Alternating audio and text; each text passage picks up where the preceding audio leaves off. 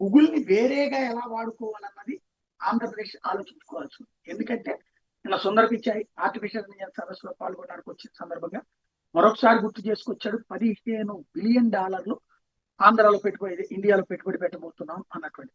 దానికి తోడు ఈ సీ కేబుల్ ఇవన్నీ ఏర్పాటు చేస్తున్నారు. ఇప్పటికే గూగుల్ భారతదేశం నుంచి సింగపూర్ కేబుల్ త్రూ వైజాగ్ వెళ్తుంది. భారత్ నుంచి సౌత్ ఆఫ్రికాకు ఒక కేబుల్, భారత్ నుంచి ఆస్ట్రేలియాకు ఒక కేబుల్, ముంబై నుంచి వెస్టర్న్ ఆస్ట్రేలియాకు ఒక కేబుల్, ఇవన్నీ నడుస్తున్నాయి. ఇవన్నీ రాబోయే 5 ఏళ్లలోనే జరుగుతాయి.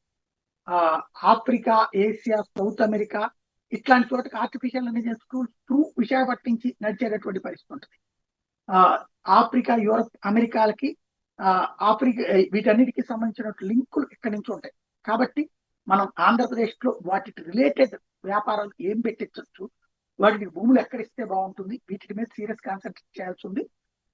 సుందర్ పిచాయ్ ఓ పక్కన ప్రత్యేకించి నరేంద్ర మోడీ కృతజ్ఞతలతో పాటుగా ఈ ఆంధ్రప్రదేశ్ లో పెట్టుబడులకు సంబంధించి భారతదేశంలో పెట్టుబడులు అన్నది పదే పదే ప్రొజెక్ట్ చేస్తున్నటువంటి వేళ గూగుల్ ద్వారా ఇంకా ఏం చేయగలం అన్నది ప్లాన్ చేసుకోవడం బెటర్.